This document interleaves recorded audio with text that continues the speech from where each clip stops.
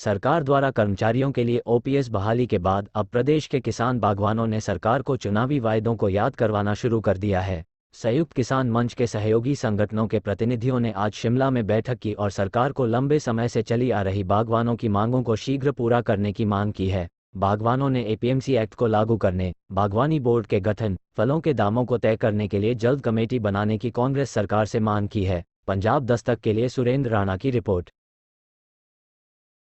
Congress party ने जब सत्ता में आने से पहले चुनाव में जो एक गारंटी दी थी कि जो ग्रोवर्स है वो अपने उत्पाद का खुद रेट डिसाइड करेगी, तो उसमें उसके लिए जो कमेटी वो फॉर्म की जाएगी, तो उसमें हमारा सबसे पहले ये रहेगा कि जो कमेटी फॉर्म की जाए उसमें जो है बागवानों के प्रतिनिधियों को भी शामिल किया जाए, उसका प्रतिनिधि मंडल भी शामिल किया जाए और इसके बाद ही जो भी आगे की उनकी प्रोसीडिंग रहेगी वो की जाए। और इसके बाद जो दूसरा हमारा है हॉर्टिकल्चर बोर्ड या जो हॉर्टिकल्चर कमीशन है उसको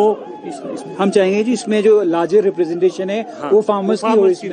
इसमें सिर्फ ना ऐसा ना हो कि मतलब जो आपके हॉर्टिकल्चर डिपार्टमेंट या नॉन यूनिवर्सिटी के हों, इसमें फार्मर्स को भी इक्वली इंपॉर्टेंस दी जाए, क्योंकि अल्टीमेटली जो पॉलिसीज बननी है ये फार्मर्स के लिए बननी है। तो हम चाह रहे हैं कि इसमें लार्जर जो रिप्रेजेंटेशन हो वो फार्मर्स की हो। इंसेक्टिसाइड और पेस्टिसाइड जो हिमाचल में आते हैं, जो ये गवर्नमेंट हमारे को देने की ने बात की है कि आपको जो ये आपकी इसकी सब्सिडी है दोबारा मेरे ख्याल से रिवाइव कर चुके हैं ये गवर्नमेंट। तो हम चाह रहे हैं जो जितने भी इंसेक्टिसाइड और पेस्टिसाइड हमें आए ये रेप्यूटेड कंपनी से आए,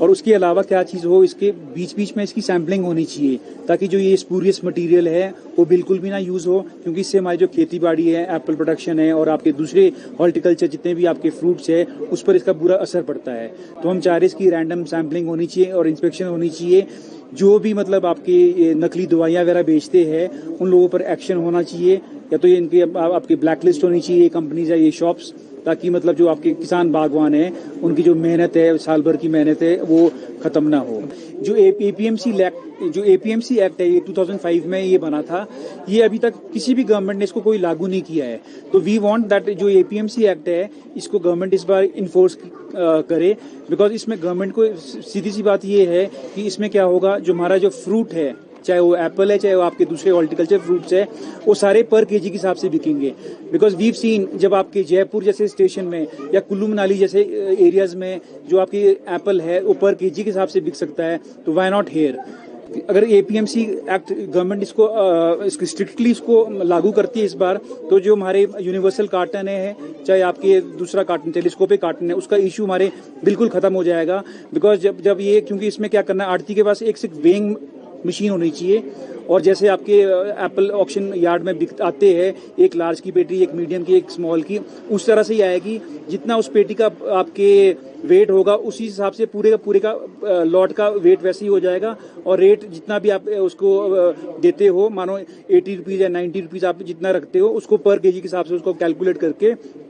वही फार्मर को मिल जाएगा। तो हम चाहते हैं जो एपीएमसी एक्ट है, क्योंकि इसमें कोई फाइनेंशियल बर्डन नहीं है गवर्नमेंट को, इस साल ये बिल्कुल इनएक्ट हो जाए और ये पूरे मतलब प्रभाव से इस बार लागू होना चाहिए।